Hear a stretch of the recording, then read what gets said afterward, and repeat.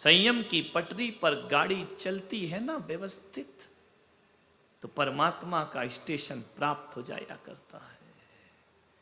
Rail यदि संयमित होकर चलेगी तब तो मंजिल मिलेगी, और रेल यदि पटरी से उतर गई तो मंजिलें प्राप्त होने वाली नहीं है।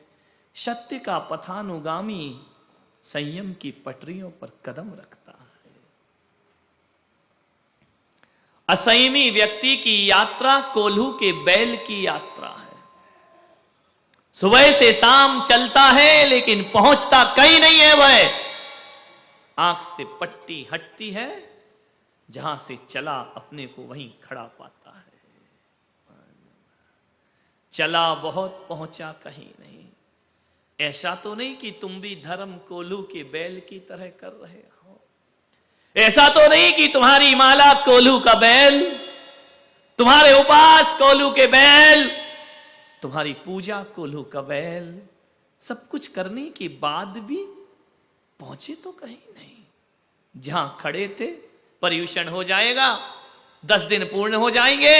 जहां खड़े थे वहीं खड़े अपने को पाओगे। आगे की यात्रा बढ़ाइए। संयम, नियम। 4 शराबी थे, नाव पार कर रहे थे।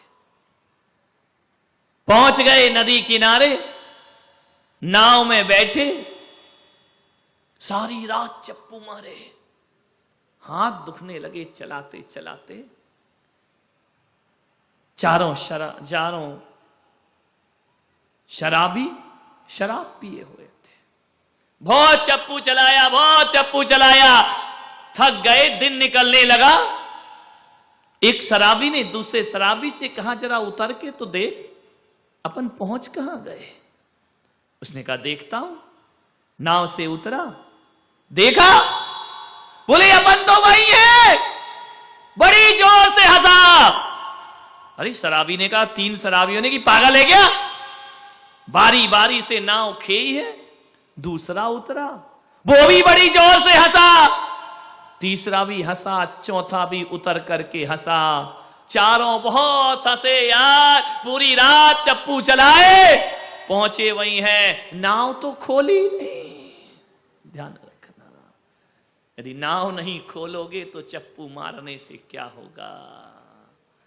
और असंयम की रस्सी नहीं खोली तो हर साल पर्यूषण मनाने से कुछ नहीं हुआ करता है। ध्यान रखना, जब तक राग की रस्सी नहीं खुलेगी, जब तक कषायों की रस्सी नहीं खुलेगी, जब तक मान अपमान की रस्सी नहीं खुलेगी, जब तक छल कपट की रस्सी ना खुलेगी, ना आर्जव होगा, ना मार्दव होगा, ना क्षमा होगी, ना शौच होगा। ध्यान रखिए, रस्सी खोलो। ईमानदारी से बताओ, हर साल रस्सी मजबूत होती है या खुलती है। पहले बहू बेटे पे रस्सी बंधी थी, इस साल तो पोता और हो गया। रस्सी बंधी या खुल गई, बोलो। पोती हो गई। अब मूल से प्यारा ब्याज हो गया। कहां खुली रस्सी, चप्पू चला रहे हो तो क्या करें महाराज, पोते पोती नहीं होंगे क्या, होंगे भाई, खूब हो, हमारा क्या बिगड़ रहा है। ध्यान रखिए, दर्जनों से हो, हमारी जा क्या रहा हमारा। लेकिन ध्यान रखना, बहुत बुरा है ये राग मोह, इससे बचने का प्रयास करो। सोचना है, पोते पोती होना कोई बुरी बात नहीं है, अच्छी बात है, होना चाहिए। संसार है, व्यवस्था है, ऋषभ देव ने ये व्यवस्था बनाई है।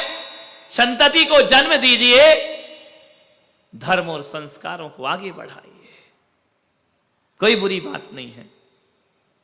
लेकिन पोते पोती का होना बुरी बात नहीं, इनमें अटक जाना बुरी बात हुआ करती है। ध्यान रखना, आसक्ति की रस्सी मत बांधिए। कुछ बंधन ऐसे होते हैं, संयम बंधन लगता है, संयम रूखा लगता है, संयम कठोर लगता है, संयम लगता है बड़ी कठिन चीज है। क्या करें, इच्छा ना हो तो भी बंधना तो पड़ता है। एक छोटी सी बेल को यदि ऊपर चढ़ना है तो उसे किसी बांस से तो बांधना ही पड़ता है ना। यदि बेल बंधेगी नहीं तो ऊपर कैसे चढ़ेगी। रस्सी को कुएं से बाहर निकालना है, बाल्टी को तो बंधना तो पड़ेगा ना। जो बाल्टी रस्सी का बंधन स्वीकार नहीं करेगी वो बाल्टी डूब जाएगी, और जो बेल बांस का बंधन स्वीकार नहीं करेगी वो ऊंचाइयों को प्राप्त नहीं कर पाएगी, और जो भक्त गुरुओं का बंधन स्वीकार नहीं करेंगे वो परमात्मा की यात्रा नहीं कर। बंधन है गुरुओं का बंधन, अनुशासन का बंधन। गुरु के भी दंड हुआ करते हैं।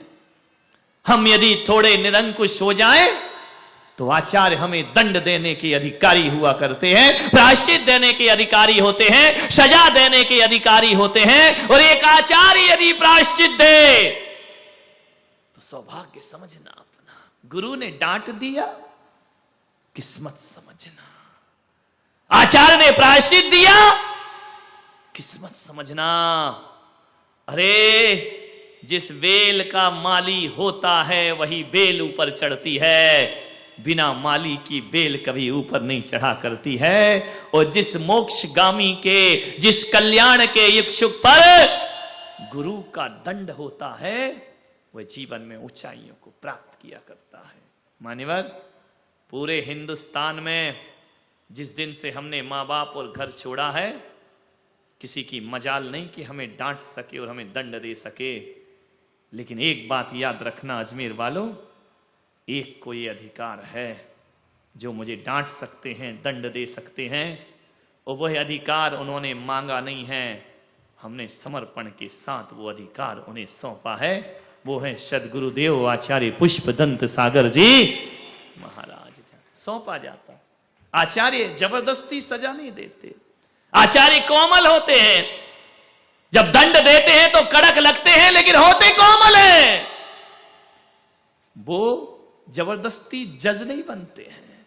हम उन्हें अधिकार दिया करते हैं कि हे गुरुदेव, यदि मोक्ष के मार्ग पर कहीं पैर लड़खड़ाएं या कदम बहक जाएं हमारे, तो ज्ञान की चाबुक मारना ताकि ये घोड़ा सीधा चलने को तैयार हो जाए। ध्यान रखिए, एक ना एक गुरु होना चाहिए जो सजा दे, दंड दे।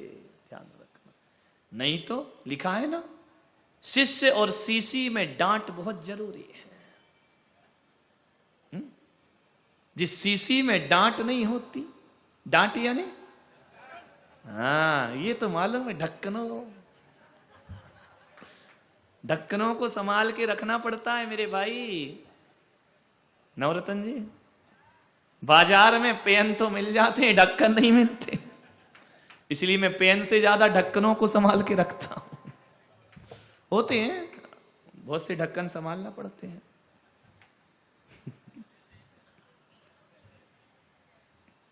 ढक्कन कीमती होता है भाई। अब इसका ढक्कन घूम जाए तो कहां रखूंगा मैं इसको, इस पेन की दशा बिगड़ जाएगी। इसलिए आपसे कहता हूं, पेन तो कीमती होता है, उससे ज्यादा कीमती ढक्कन होते हैं। परिवार में भी होते हैं, समाज में भी होते हैं, देश में भी होते हैं। इन ढक्कनों को संभाल के रखो, ध्यान रखिए, नहीं तो गड़बड़ हो जाएगा मामला। विचार करना। सीसी में भी डांट होना चाहिए और शिष्य में भी डांट होना चाहिए।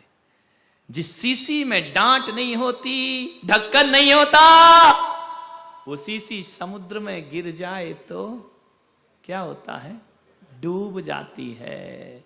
और जिस शिष्य में डांट नहीं होती गुरु की, वो भी संसार और विषय भोगों में डूब जाया करता है। संयम धर्म है। कुछ बंधन स्वीकार करना पड़ते हैं। बिना बंधनों के हर बंधन बंधन नहीं होता, हर बंधन पीड़ा नहीं होती, हर बंधन दर्द नहीं होता है। कुछ ऐसे बंधन हैं जो हमारे सुख में कारण बना करते हैं। धर्म का बंधन मुक्ति है, परतंत्रता नहीं है। बेड़ियों का बंधन, ध्यान रखना, लोहे की श्रृंखलाओं का बंधन भी धर्म के बंधन के आगे तड़ तड़ करके टूट जाया करता है। और कोई मान तुंग जेल में 48 बेड़ियों को तोड़ करके बाहर।